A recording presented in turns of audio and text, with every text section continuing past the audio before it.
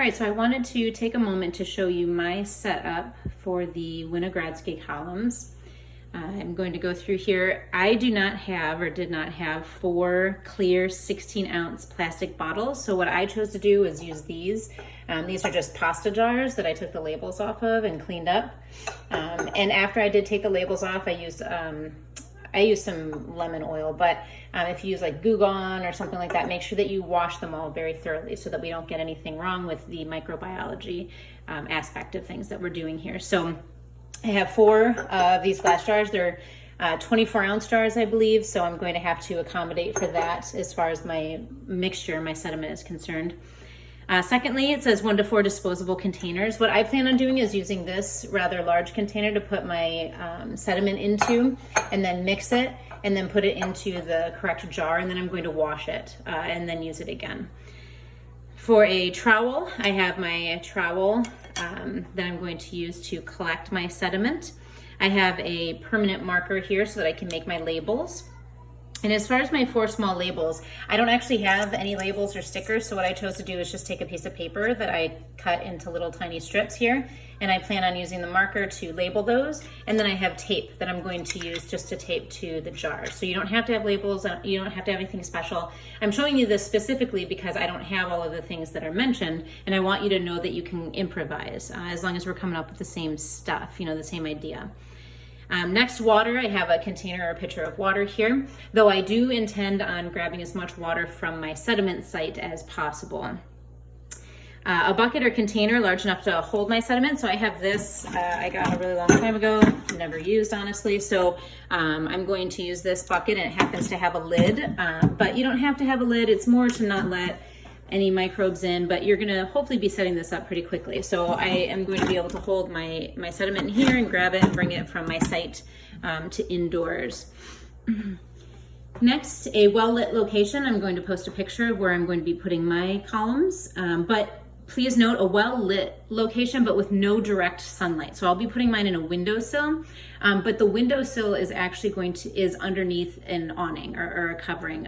So it doesn't actually get any direct sunlight, but it's still getting light. A digital camera or cell phone. I'm using my cell phone right now, so this is adequate. A large measuring cup or other container for measuring sediment. So this is going to be my measuring cup I'm going to use in order to scoop out the correct amount and then put it into the different columns there. As far as putting them into the columns, though, I have well, I'll wait till the end, the funnel. My carbon source is the shredded newspaper here. So I have the shredded newspaper. I measured it using my measuring cup over here to make sure I had about a cup. And then what I actually used was kind of the junk mail that came in. This is like a Kroger ad. And I had actually I had some kids rip these up for me. So if you have kids, maybe that's a good opportunity for them to help you out. So rip those up into relatively small pieces. You can kind of see they vary, but some relatively small pieces here. So that's my carbon source. Then I will get the sediment, and I'll show a picture of that as well. And then my sulfur source, I'm choosing to use the raw eggs as mentioned, and I actually had made something to where I needed to use only whites. So I had frozen some egg yolks, so they're kind of in cubes.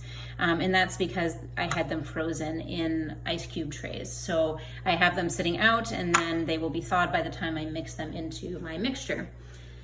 And then lastly, a funnel. I don't have a funnel, so I wanted to show you that I cut off the lid of the top portion of a 2-liter. I kept the actual lid part on right now, but my intention then is to be able to, take the lid part off and then set it in here. And then that's what I'm going to use to put my sediment into the columns. So again, I wanted to show you this because I want you to know that you can use things that are in your house. You may not have these things. You could just use a regular 5-gallon bucket or a giant tub of some sort to collect. Just make sure that it's clean so that you're getting the correct microbiology for your sediment rather than something that you're carrying with. Like I said, this hadn't been used. If this actually had been used for cleaning, I probably wouldn't use it, or I'd make sure that it was washed really, really well so I didn't have any chemicals in it that might affect my results. So this is my setup. I will be sharing more throughout the process of me setting my own Winogradsky column up at my own house this semester. So this hopefully will give you some ideas.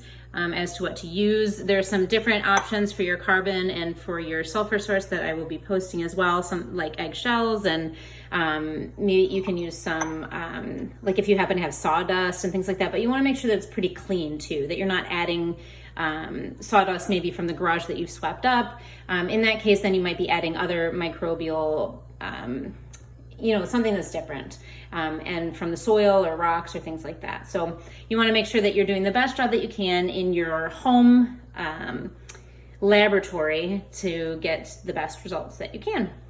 All right, and then also as we're moving along, I do want to mention, hopefully you've already read through this so you know exactly what I'm talking about, but as you're making your mud mixture, you want to make sure that it's kind of the consistency of a milkshake. So grab enough mud and water from the site to kind of make a milkshake type consistency, and then you're going to need to add about an inch or a half an inch or more of water on top of that on there. So if you can grab that water from the site, that's great.